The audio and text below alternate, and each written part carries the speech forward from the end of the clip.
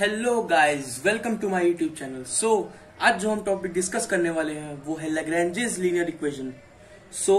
Video start करने से पहले हम ये बता दें कि अगर आप हमारे चैनल पे नए हैं तो प्लीज सब्सक्राइब करिएगा। Let us start the video. Lagrange's linear equation होता क्या है?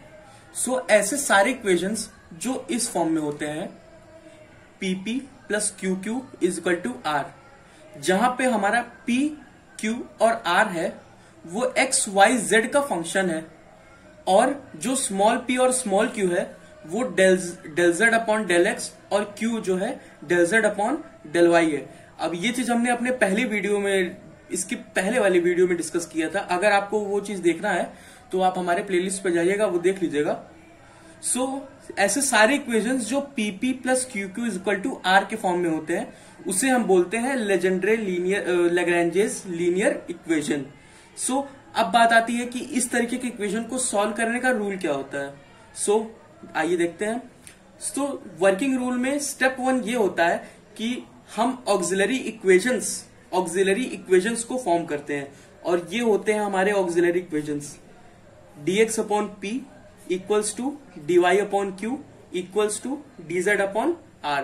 सबसे पहले हम जो इक्वेशन हमको दी गई होती है उसको हम पहचानते हैं। अगर वो लैग्रेंजेस लीनियर इक्वेशन है तो हम, ये हमारा स्टैंडर्ड इक्वेशन है PP plus QQ is equal to R।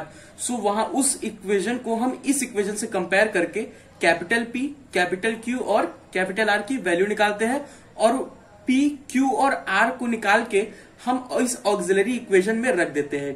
dx upon p equals to dy upon q equals to dz upon r। ये हो गया हमारा स्टेप 1।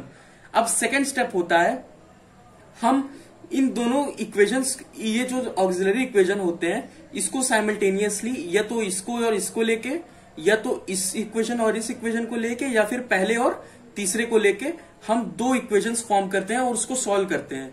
तो मान लिया कि जब हम पहले दो को लेंगे, फर्स्ट वाला और सेकंड वाला को लेंगे, तो जो हमको सॉल्यूशन मिलेगा वो C1 is equal to U होगा, और जो सेकंड वाला होगा, यानी कि मान लिया हम इसको और इसको लेंगे, तो उससे जो हमको सॉल्यूशन मिलेगा वो C2 is equal to V होगा। ये सॉल्यूशन मिल गया हमारा। अब ये जो सॉल्यूशन मिल गया, यही हमारा रिक्वायर्ड सॉल्यूशन होगा। स्टेप 3 में हम उसी सॉल्यूशन को फंक्शन के फॉर्म में लिख देते हैं।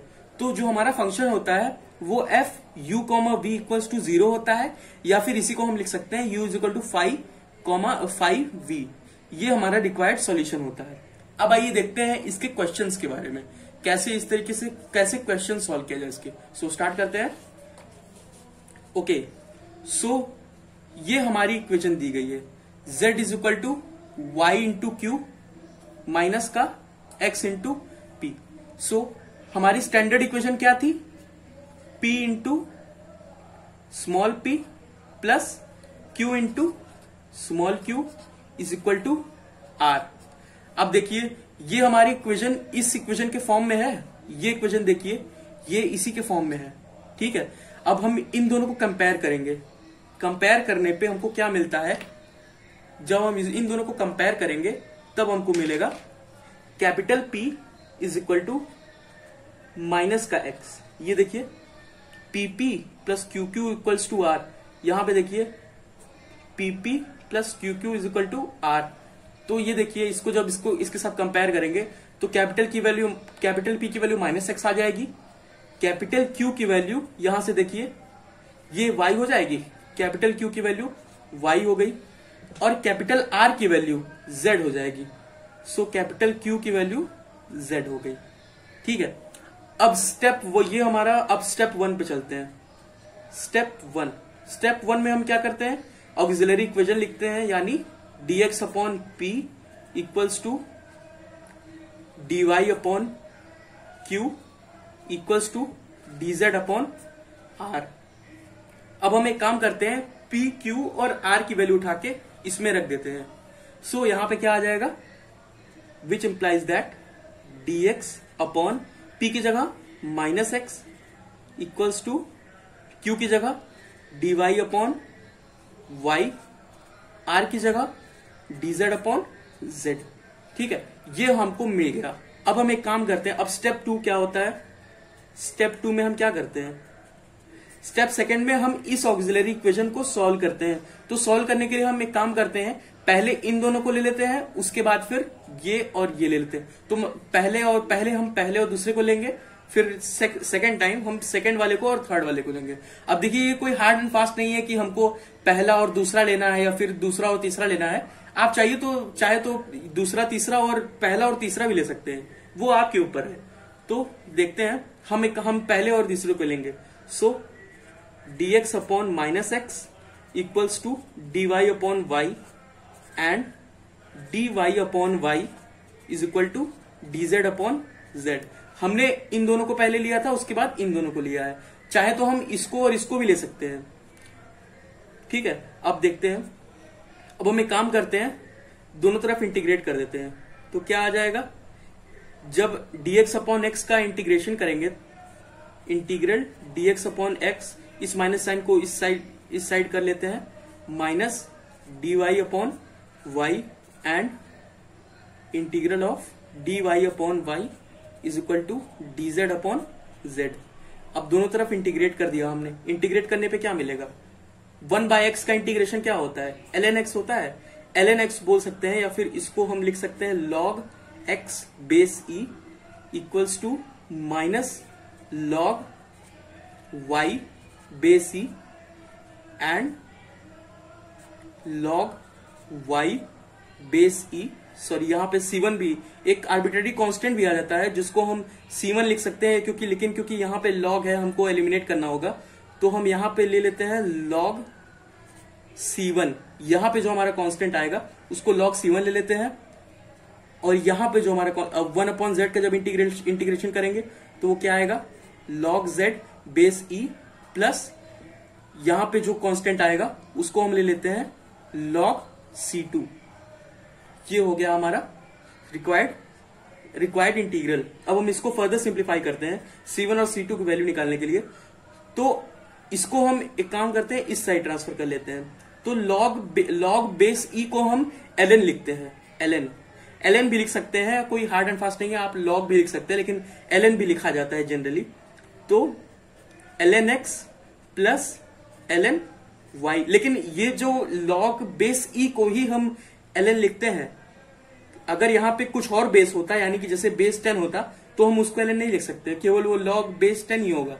लेकिन क्योंकि यहाँ पे ये बेस e है, इसकी वजह से इसको ln लिख रहे हैं हम। ln x प्लस इसको इधर ट्रांसफर कर लिए ln y is equal to ln C1 and ln y, इसको इधर ट्रांसफर कर लेते हैं, minus ln z is equal to ln C2। अब ये log m into log n के फॉर्म का बन गया, तो इसका क्या हो जाएगा, ln xy हो जाएगा, which is equal to ln C1। Similarly ये क्या हो जाएगा, ये log m अपॉन n का फॉर्मूला है, तो ये हो जाएगा ln y upon z is equal to ln C2। ये हो गया। अब दोनों साइड log एलिमिनेट कर देते हैं हम, तो क्या आ जाएगा, C1 की वैल्यू हो जाएगी xy, और C2 की वैल्यू क्या हो जाएगी, y अपॉन z।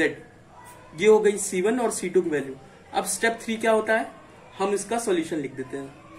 तो स्टेप 3 में सॉल्यूशन लिख देंगे हम। स्टेप 3 में सॉल्यूशन कैसे लिखते हैं, f ऑफ, इसको हम u1 कर देते हैं, u मान लेते हैं इसको u, और इसको v मान लेते हैं। तो जो सॉल्यूशन होता है उसको हम लिखते हैं f of u comma v is equal to 0। So ये हम इसको लिख लेते हैं, f ऑफ u की जगह क्या लिख सकते हैं, xy, v की जगह क्या लिख देंगे, y अपॉन z। ये हो गया हमारा डिजायर्ड सॉल्यूशन। अब हम इसको एक तरीके से और लिख सकते हैं, x into Y is equal to phi of y comma z, y upon z। ये हो गया हमारा सॉल्यूशन, ये हो गया हमारा डिजायर्ड सॉल्यूशन इस इक्वेशन का। अब हमने बेसिकली किया क्या है, पहले जो हमको इक्वेशन दी गई थी उसको हमने पहचाना है कि ये कौन सी इक्वेशन है। जब हमने पता चला गया कि ये लैग्रेंजेस इक्वेशन है, तो उसको स्टैंडर्ड फॉर्म से कंपेयर किया, पी क्यू, यहां पे आर होगा, सॉरी, पी क्यू और आर की वैल्यू हमने निकाली। पी क्यू आर की वैल्यू निकालने के बाद उसको इस ऑक्सिलरी इक्वेशन में रखा।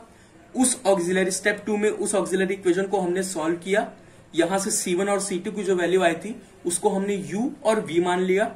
उसके बाद स्टेप 3 में हमने डिजायर्ड सॉल्यूशन लिख दिया। तो ये हो जाएगा हमारा डिजायर्ड सॉल्यूशन, जिसको हमने ये भी लिख सकते हैं और ये भी लिख सकते हैं। सो अगर आपको कोई भी डाउट है इस क्वेश्चन में तो आप हमको कमेंट करिएगा, हम उसका रिप्लाई करेंगे। और अगर आपको ये वीडियो अच्छा लगे तो लाइक करिएगा, शेयर जरूर करिएगा। अगर आप हमारे चैनल पर नए हैं तो प्लीज सब्सक्राइब करिएगा।